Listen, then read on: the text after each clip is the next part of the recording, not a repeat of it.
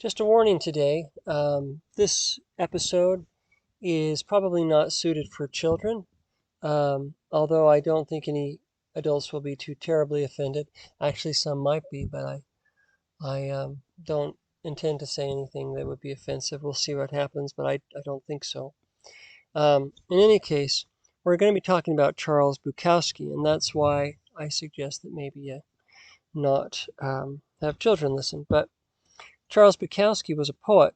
Now, when I wrote this piece several years ago, 4 or 5+ years ago, when I wrote it, I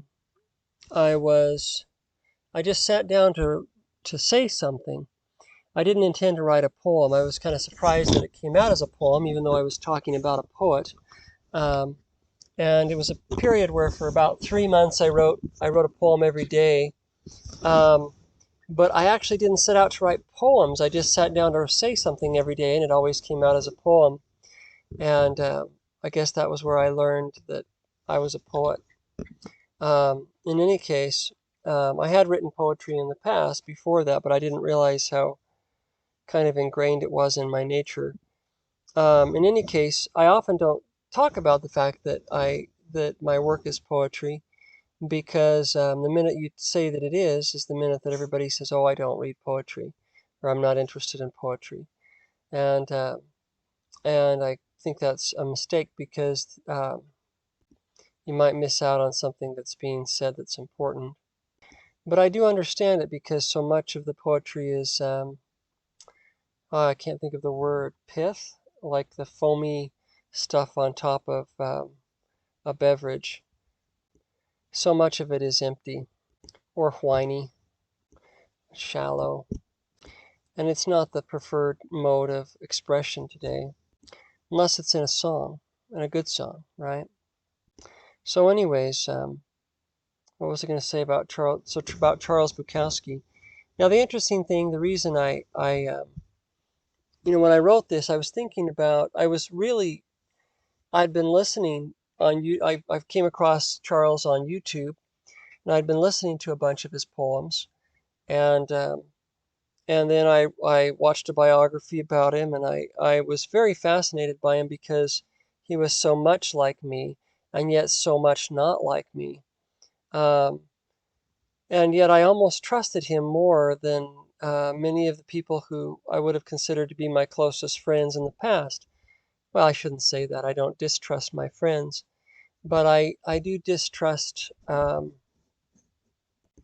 those who aren't completely authentic, and and I've known quite a few acquaintances, I guess, at least I'll say, who I've discovered are not always quite as authentic as I would prefer. And yet, here was this man, Charles Bukowski. Charles had to write. It was just in his soul. At one point, I think in his 50s, he finally quit working and just sat down to write, even though he knew he'd probably starve, and he ended up, oftentimes going without food, though I don't know if he went without alcohol, because he was an alcoholic. But he he he had to write. And in the beginning, the only people that would buy what he wrote was like sex magazines. And so the way he put it was, he'd tell the story he wanted to tell, and then he'd throw some sex in there, which was within his framework of belief. He'd spent much of his time with whores uh, and etc. over the years, and so it didn't bother him to throw in some sex. But it was a fascinating thing, because when you listen to Charles Bukowski, much of his work is so deep, it's so profound. You think you're listening to a prophet,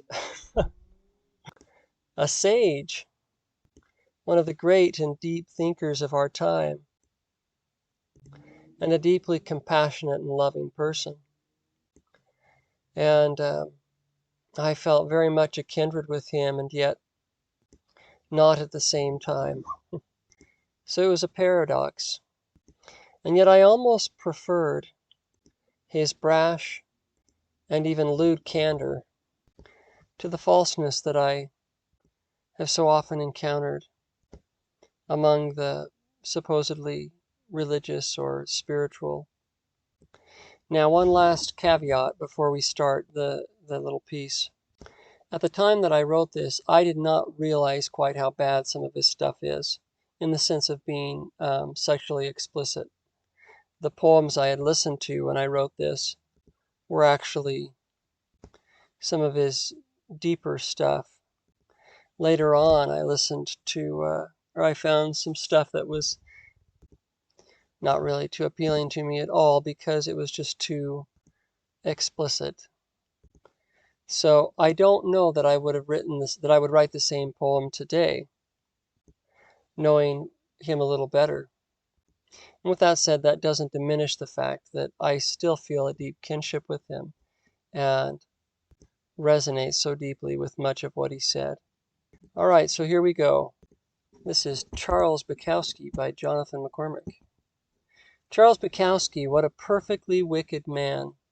Perfectly wicked, perfectly wretched, but truly, honestly so. Give me one man who is what he is and nothing more pretended. You know that you secretly hang upon his poems because they are real. You steal away when you believe that no one is watching, and it is you we see cowering, hunched over, hanging upon. If it doesn't come bursting out of you, don't do it. But then of a Sabbath you dress in your Sundays and sit at the feet of your whited sepulchers. You pretend that you believe the polished poison that drips like Calamine lotion into your itching, bleeding ears. Tell us lies, you say, tickle us with your forked tongues, and make us believe that you are truly good, that one can be good. You know that it is lies, but you clamor. Tell us again how you slew the dragon. Tell us how you ever and ever were and are all that we hoped you to be. We know it is lies, but tell us again, so we too may one day worship at our own feet. Charles Bukowski, spin us a poem. From the dirty, wretched street that you are. Only there do we worship the thing that is real, the thing that is best as it is, no more. We too are wretched, but are loath to admit. Aspiring hypocrites, we sit huddled round to hear the truth. Not the truth of what man believes, but the truth of what we really are. Just wicked, wretched, miserable men, like good old Charles Bukowski.